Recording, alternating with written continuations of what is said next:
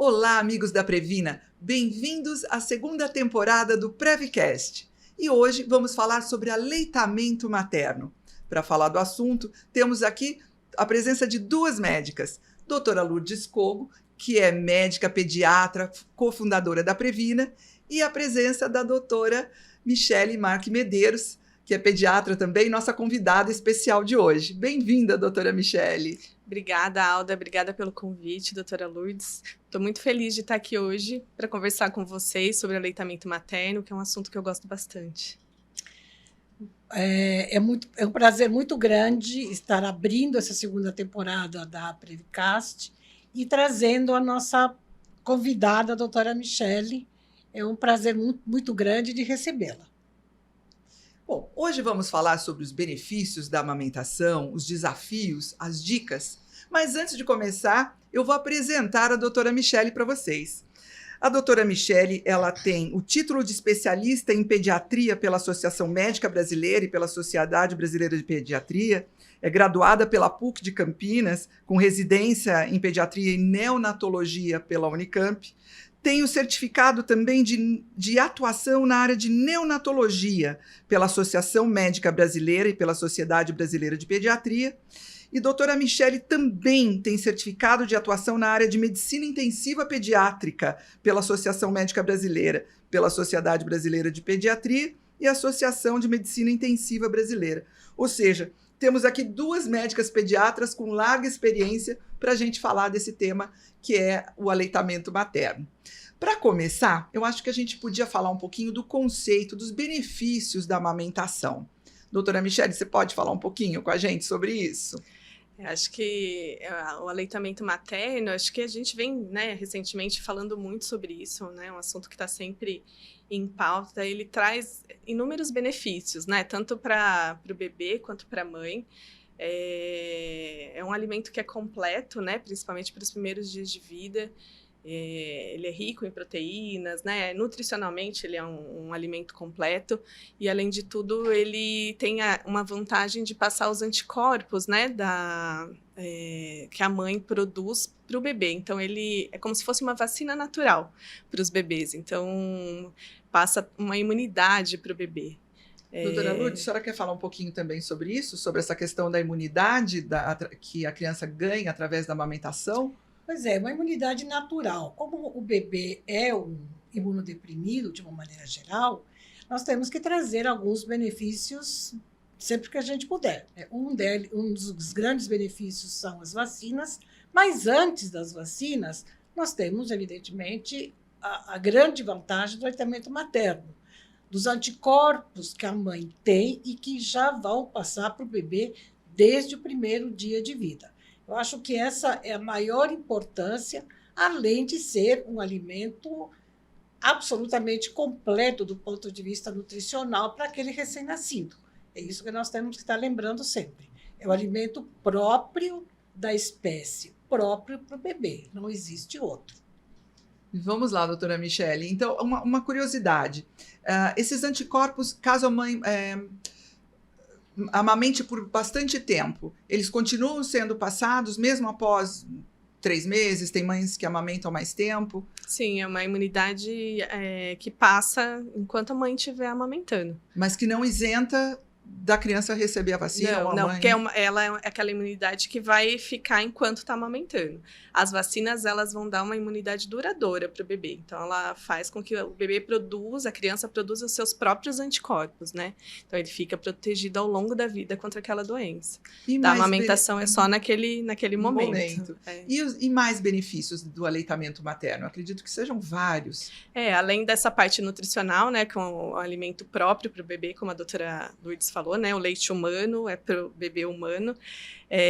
Tem vários estudos demonstrando aí que as crianças têm um desempenho cognitivo melhor, então para a formação cerebral tem algumas substâncias que tem no leite materno que ajudam aí no desenvolvimento cerebral e traz vantagens para a mãe, reduz o risco de câncer de mama, ajuda aí na perda de peso após o parto, na contração uterina, evita as hemorragias uterinas pós-parto, então são diversos benefícios. E eu acredito também que ajude na conexão da mãe com o bebê, certeza. né, logo após o nascimento. É uma das coisas mais importantes, essa formação de vínculo, né, com a mãe, essa conexão, né, emocional aí do bebê com a mãe. É uma das principais coisas, né? Por isso que a gente incentiva também que o aleitamento seja feito já na primeira hora de vida, logo que o bebê nasce, assim que possível já colocar no pele a pele, já colocar o bebê para mamar, porque essa conexão começa aí. E a gente está falando de benefícios, que a gente sabe que são muitos, mas eu imagino que deva também haver muito, eu acredito que haja muito desafio nesse processo também. Amamentar talvez não seja uma tarefa tão fácil, as pessoas romantizam também bastante, mas eu acredito que haja dificuldades também, né, doutora Lourdes? A senhora não pode falar um pouquinho sobre isso? De fato, a gente conhece todas as vantagens em relação à mãe, em relação à criança, enfim, é indiscutível. Os desafios existem, sem sombra de dúvida. Existem alguns desafios, mas eles são absolutamente superáveis, desde que, evidentemente, haja uma boa vontade, uma preparação emocional por parte da mãe, desde que haja informações suficientes e desde que não haja também muita interferência externa, porque isso que a gente vê muitas vezes, né? Existem muitos mitos, muitas inverdades, e isso acaba sendo um grande desafio para o aleitamento materno. Então, a gente tem, de fato, situações que a gente tem que saber contornar, mas desde que a mãe esteja emocionalmente forte e saiba que ela quer amamentar, não por pressão social, mas porque ela reconhece as vantagens disso, a gente vai conseguir amamentar. Podemos citar um desses desafios para quem está em casa, para as mães que estão começando o processo de amamentação? Olha, na minha prática diária, que tenho alguns poucos anos, né, de vida profissional, eu acho assim, o maior desafio é a dor que a mãe pode sentir nas primeiras semanas da amamentação, tá? A dor no seio, no mamilo. Mas é uma coisa que é superável. Então, como você colocou, se romantiza muito, né? Mas a gente precisa estar preparada também para essas intercorrências e para saber que são superáveis. Se a gente quiser amamentar, nós vamos conseguir superar. E, para mim, esse é o maior desafio, para iniciar a amamentação, para manter essa amamentação. Para manter a amamentação por mais tempo, eu acho que seria o trabalho materno. Não sei se você teria essa visão, porque a mãe tem que trabalhar e aí começa a utilização das fórmulas e que acaba facilitando, vamos dizer assim, muito também o desmame. E o que mais a gente pode falar agora, doutora Michele, sobre esse processo dos desafios ou dicas para a mãe poder vencer esses desafios? Existem algumas dicas para preparar a mãe melhor para o processo de amamentação? O que a gente pode trazer agora para quem está ouvindo a gente? Então, Alda, acho que uma das coisas que eu acho mais importante é a mãe buscar conhecimento.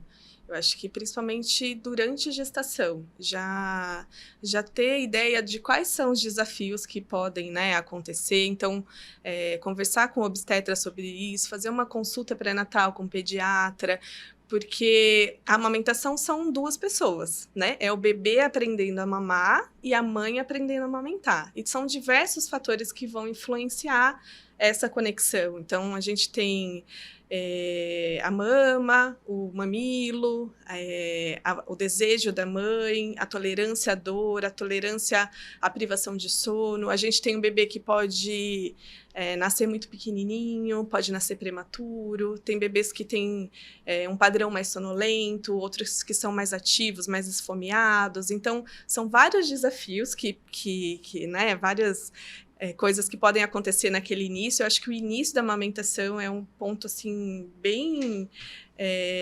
difícil ali para as coisas se encaixarem, é saber que aqueles bebês que nascem e já vão mamar só nos filmes, né? Nosso dia a dia, eu como neonatologista trabalho todos os dias com isso, então a gente fica todos os dias ensinando os bebês a mamar, ensinando as mães a amamentar. É um ensinamento, é muito difícil o bebê que já vai lá, encaixa e sai mamando, né? Então, eu acho que ter esse conhecimento, estar cercado de bons profissionais e buscar apoio, né? Ah, estou sentindo dor. Não vou ficar ali sentindo dor. Eu vou conversar com o meu pediatra, eu vou conversar com uma consultora de amamentação. Então, e saber que pode pedir ajuda, né? E que, às vezes, amamentar, a princípio, pode gerar algum desconforto. E que, às vezes, as pessoas ficam inibidas. Falam, todo mundo ama amamentar, por que eu não estou gostando? Por que eu estou sentindo dor? Por que eu não estou me sentindo feliz? É uma coisa que tem que ser conversada também, tanto com a família, quanto com os médicos, os profissionais que estão ali ajudando. E quando você fala de família, eu acredito também que envolver o pai nesse processo de respeitar o momento da amamentação, criar ambientes para a amamentação ocorrer de forma mais tranquila, também deva ser importante, né? Ah, com certeza. Eu imagino, uma vez nós conversamos sobre isso, doutora, das pessoas quererem visitar e não respeitarem o horário que a mãe está amamentando, algumas mães ficam constrangidas em estar amamentando, receber visita, aprender a respeitar um pouco esse momento da mãe com o bebê, não tem, eu acho que um caminho por aí, né? Essa seria uma outra parte, vamos dizer assim, não que isso chegue a impedir ou a dificultar, mas é como você falou, é o momento, é como a doutora Michele colocou, a criança vai aprender a mamar e a mãe vai aprender a amamentar. Então, essas primeiras semanas, eu penso que deva ser realmente da família, desse pequeno núcleo familiar, a mãe, o pai e a criança. O pai tem que estar presente, apoiando, né, incentivando, confortando a mãe nesse momento de dor. E o ideal seria não ter muita gente palpitando, né? Muito agente externo aí querendo interferir nesse aprendizado, nesse momento de aprendizado, né, de transição, que nenhum dos três está preparado ainda para receber essa criança e fazer a amamentação. Então, eu acho que as pessoas poderiam respeitar esse momento e deixar a mãe aprender a amamentar e deixar a criança no seu tempo também para aprender a sugar. E depois começarem as visitas. Eu acho que isso é um ponto importante a ser colocado também. E eu queria agora entrar para uma parte que eu acho que está todo mundo esperando que a gente fale sobre isso, os mitos e as verdades. Porque eu acho que existem muitos mitos em relação ao aleitamento materno, né? A gente podia falar um pouquinho sobre isso, né, doutora Michele, né, doutora Lourdes? Eu acho que um dos principais mitos, assim, que eu vejo sempre chegar, assim, no consultório é do leite fraco, né? E existe leite fraco? Não existe leite fraco. O que a gente pode ter é uma baixa produção de leite, ou a gente pode ter um bebê que não suga o suficiente, não extrai o suficiente do que ele precisa. Agora, o leite fraco não existe, né? Assim, então, a gente tem que avaliar, são um conjunto de fatores. Se a gente tiver um bebezinho que não está ganhando peso, que está no peito, só amamentação no peito e não está ganhando peso. Então, a gente tem que avaliar tudo o que está acontecendo. Se a técnica da amamentação está correta, se o bebê está pegando bem, se ele está extraindo bem, ou se a mãe passou por alguma intercorrência que pode ter reduzido o volume de leite dela, porque isso existe, né? E aí a gente tem estratégias para lidar com isso.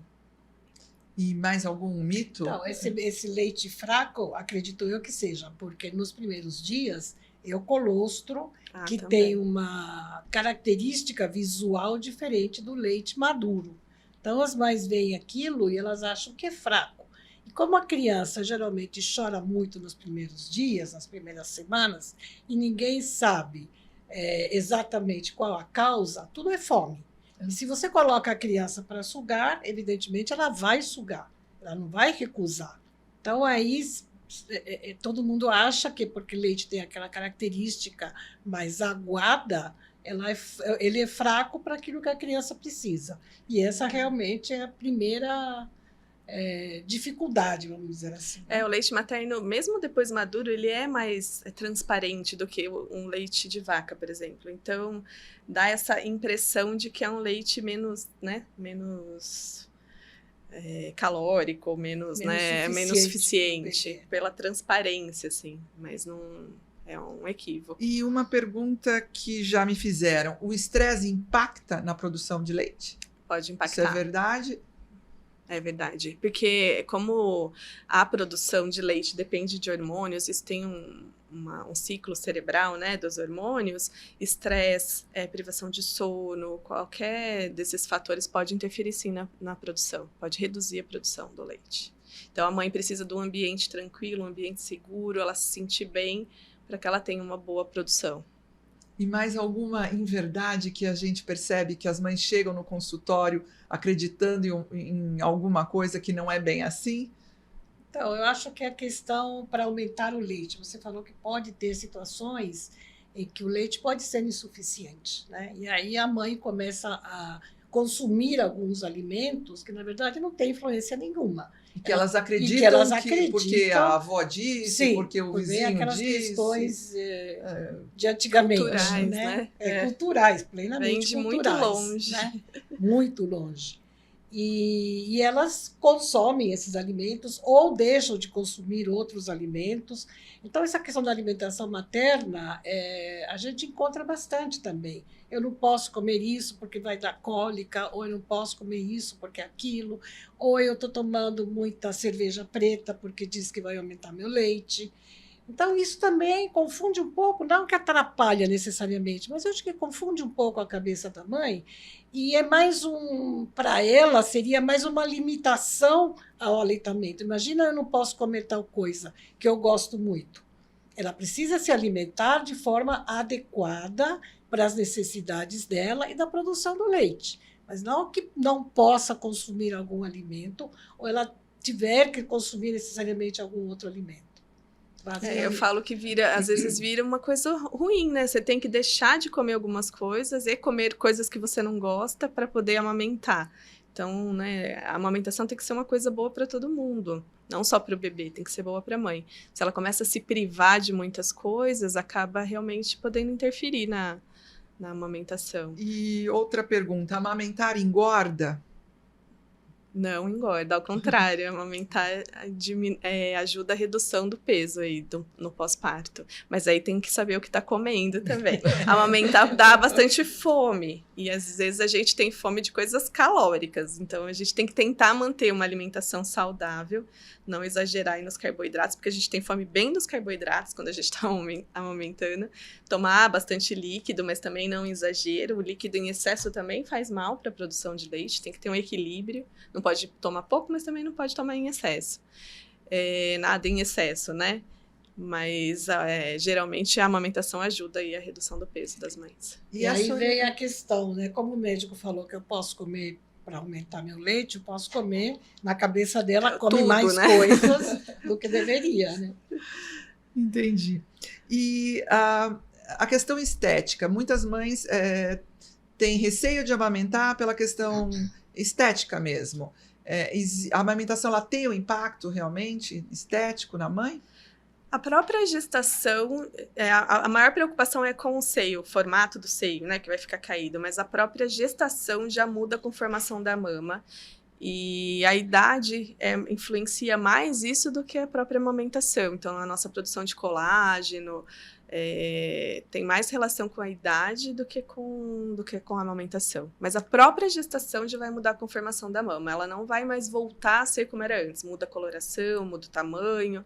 Às vezes tem uma redução do tamanho quando acaba a amamentação, mas a formação da mama já muda. Tá? Eu acho que quando você é mãe ou vai ser mãe, a sua cabeça já é outra, né? Eu acho que essa questão estética, tudo bem, hoje é muito importante essa questão estética, mas quando você é mãe ou vai ser mãe, essa questão, no meu entender, fica um pouco também em segundo plano. Qual que é a importância maior aí nesse caso? É você manter o seio arrumadinho ou você alimentar e criar o seu bebê? Então, eu acho que a mulher que realmente quer amamentar, ela está aceitando o fato de ser mãe, pouco se preocupa. E depois é o seguinte, depois corrige. Mas sabe que chega sempre essa pergunta, mas geralmente vem dos homens. Ah, é? Olha só, é? olha que curiosidade. Não das mulheres. Não das mulheres. E alguma dica boa para gestante, para ela começar a já se preparar para a amamentação? Existe alguma dica que a gente pode dar para ela? Existem aquelas, a gente ouve dizer, também não sei se é mito ou não, de você passar bucha nos mamilos, esse tipo de coisa. Tem fundamento isso? Ou está dentro também dos costumes que não são... Está dentro dos mitos, assim, não tem muito um preparo para a mama. Eu acho que é mais a parte do conhecimento mesmo. A amamentação, o bebê vai estar lá sugando no início, a pele do mamilo às vezes fica sensível, mas ficar passando bucha, fazendo coisas antes, não traz muito benefício, assim, para depois. E existe hoje um papel também, eu não conheço muito, mas do papel da consultora de amamentação. Ela ajuda a dar técnicas para amamentar melhor, é isso? Normalmente são profissionais que são preparados para isso, assim, eles têm bastante conhecimento dessa parte, principalmente de ajuste de pega, né, de alívio. Depois que desce o leite, a gente chama de apojadura, né? Que é quando desce o leite, que geralmente acontece 2 a 3 dias depois do parto. Então, às vezes, tem mulher que fica com a mama muito cheia, que fica desconfortável. Então, as consultoras ajudam, né, nessa fase de corrigir pega, de ajudar ali no posicionamento, no melhor posicionamento, porque existem várias formas de amamentar, várias posições. Que aí também cada mulher vai ter que achar com o seu bebê a melhor forma de encaixe ali naquele momento. Pessoal, é uma coisa, né, pessoal. Eles vão ter que se conhecer e ver. Às vezes a gente acha que aquela forma tradicional é a melhor e para aquele bebê, para aquela mãe, a outra, a pega invertida é melhor. Então, eu acho que os profissionais, como os consultores, eles ajudam nesse momento. Nessa fase de adaptação. Voltando só um pouquinho àquela sua pergunta anterior da preparação da mama, isso tudo hoje não existe mais. Não chega a ser mito, porque, na verdade, alguns vários anos atrás, que não sei dizer quantos, existia essa prática. Uhum. Só que, como a ciência é muito dinâmica, já caiu por terra. Né? Então, novas descobertas chegam, né? E aí você tem que se adequar às realidades, mas... Existia bastante essa. Sobre a amamentação, mitos e verdades. O que mais que a gente pode falar como uma verdade absoluta da amamentação? É que realmente ela traz um benefício para a mãe e para o bebê, e que ela realmente colabora para a conexão da criança com a mãe, que ela ajuda na imunidade natural. Enfim, existe alguma coisa também em relação a formato de boca? Ajuda alguma coisa isso, a amamentação, nesse sentido? Ajuda no desenvolvimento da musculatura, né, do desenvolvimento da arcada dentária. Então, a amamentação ajuda nesse processo, sim. E a mãe que quer amamentar, mas que precisa trabalhar? Existe alguma recomendação sobre armazenamento do leite? Existe alguma coisa nesse sentido? Quando a mãe volta ao trabalho, a gente sempre tem que avaliar o período que ela vai voltar ao trabalho. Então, tem algumas mães que têm licença por 4 meses e outras que têm licença com 6 meses, quando a gente já começou a introdução alimentar. Então, isso muda um pouquinho a orientação. A gente começa a fazer um estoque. Quando a mãe quer manter, né, o aleitamento, a gente tenta, uns dias antes, começar a fazer um estoque de leite materno. Essa mãe vai ter que retirar o leite com a mão ou com uso de bomba, armazenar, congelar o leite. Tem que ver se no trabalho dela ela tem a possibilidade de extrair o leite no trabalho e levar para casa, ou se tem algumas empresas que têm lugar para o bebê ficar, então que elas podem amamentar lá. Então a gente tem que avaliar toda a situação da mulher do trabalho, e aí a gente consegue fazer um planejamento aí de voltar ao trabalho e continuar a amamentação. Mas esse é um dos maiores desafios, manter a amamentação na volta ao trabalho.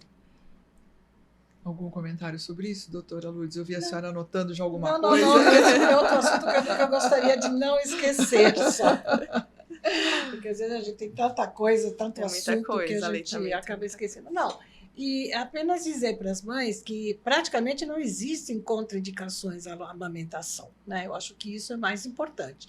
Podem existir dificuldades, que são algumas, e a gente tem que saber superá-las, mas contraindicações são muito raras.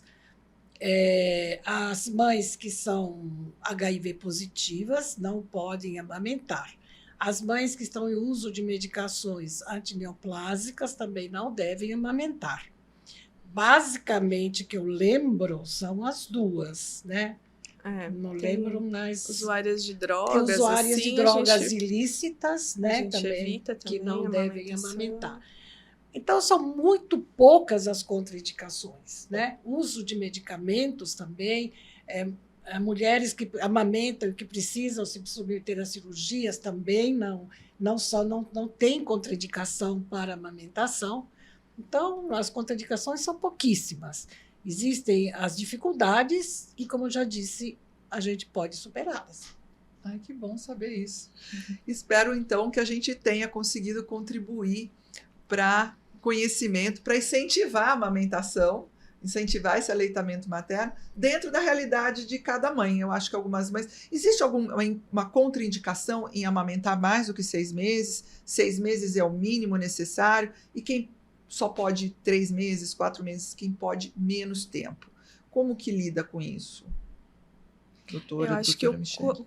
a amamentação, assim, o quanto puder amamentar, né, tá sendo benéfico para o bebê. Tem mulheres que vão ter as dificuldades, que não vão conseguir amamentar. 1 semana, 1 mês, 6 meses, né?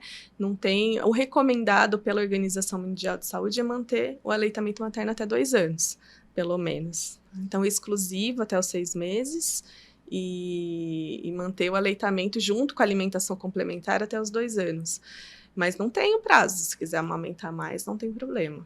Pode amamentar 2 filhos ao mesmo tempo? Pode amamentar Pode. 2 filhos ao mesmo tempo. Pode, de diferentes idades. Eu tenho uma cliente, a menina a mais velha tem 5 anos e a mais nova tem 3. As 2 mamam até hoje. E pode amamentar muito gestante bem, também. obrigado. E grávida também pode amamentar. Também. Tem alguns momentos que às vezes tem que suspender, em algumas intercorrências da gestação, mas... E uma curiosidade, talvez a gente tenha informação para dar para quem nos ouve sobre isso. Existe banco de leite em Campinas? As mães que querem doar leite, existe como fazer essa doação para outras mães? A gente vê casos de bebezinhos que precisam de leite materno e a mãe que está amamentando, ela pode fazer esse tipo de doação? Pode. Em Campinas a gente tem o banco de leite público, né, da maternidade de Campinas. E aí você pode ir lá e fazer o cadastro. Tem um processo de seleção, assim, para você... Mas toda mulher que tem leite sobrando pode doar.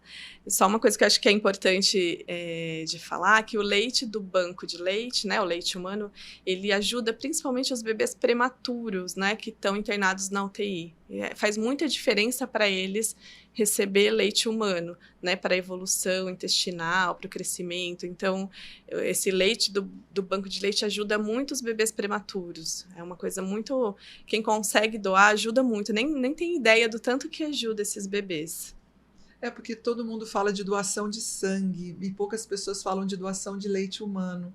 E é bom saber que existe essa forma também de ajudar outras vidas, né? E a outra função do banco de leite é ajudar as mães a amamentar. Então, as mães que estão com dificuldade, por exemplo, que não têm acesso a ter uma consultora de amamentação, elas podem ir até o banco de leite que elas vão receber ajuda para amamentar também. Olha que informação importante, que dica valiosa. Então é isso. Bom, esse assunto poderia render ainda algumas horas, mas a gente tem que encerrar. Eu queria muito agradecer sua presença, doutora Michele, doutora Lourdes. Que bom que a gente está aqui junto recebendo a doutora Michele para falar desse tema. E antes da gente encerrar, eu queria convidar vocês duas, doutora Lourdes, depois doutora Michele, nossa convidada, para fazer o encerramento, com uma mensagem para os nossos ouvintes aqui do Prevcast. Realmente o assunto é inesgotável e eu queria só fazer um apelo. como a doutora Michele já colocou, tem algumas mães que, por uma razão ou outra, né, não conseguem amamentar, não puderam amamentar, não podem amamentar ou até não quiseram amamentar. Eu acho que essa é uma situação que existe. E eu gostaria que a gente pudesse respeitar essas mulheres, essas mães que, por uma razão ou outra, não puderam, não quiseram, não tiveram oportunidade de amamentar. A sociedade acaba sendo muito cruel com essas mulheres. Não é? E essas mulheres se sentem muito mal emocionalmente, porque elas já não puderam amamentar o filho e ainda são criticadas socialmente e de uma maneira muito agressiva, muitas vezes. Então, queria só fazer esse apelo. Respeitar as mulheres que não puderam ou não quiseram amamentar e quem realmente entende todos os benefícios da amamentação e que tem condições de amamentar e superar essas adversidades no início da amamentação, vamos amamentar. É a melhor coisa que a gente pode dar para o nosso filho e a melhor coisa que o nosso filho pode dar para a gente. É isso. Doutora Michele? Eu queria, de novo, agradecer o convite. E eu fico muito feliz de estar aqui ao lado da doutora Lourdes, que foi minha professora. Mas eu fico feliz em falar, porque é um dos exemplos, né? Um dos motivos de eu ter feito pediatria, né? São as pessoas que inspiram a gente quando a gente está na faculdade. Então, eu fico muito feliz de estar aqui. Que orgulho! Me sinto muito feliz de ouvir essas palavras. E acho que a amamentação, eu gosto de falar assim, que é um ato social, né? Que as mulheres precisam de apoio da sociedade como um todo para manter o aleitamento materno, para ele existir. Tem um provérbio africano que eu gosto bastante que fala que para criar uma criança é preciso uma aldeia. E eu acho que já começa ali na amamentação. A gente precisa da família, do apoio dos profissionais, de muita gente para a amamentação dar certo. Que bom. Muito obrigada por vocês estarem aqui. Muito obrigada também vocês que estão aí nos ouvindo. Se gostaram desse conteúdo, por favor, compartilhem. E esperamos vocês aqui para o próximo episódio. Obrigada. Obrigada.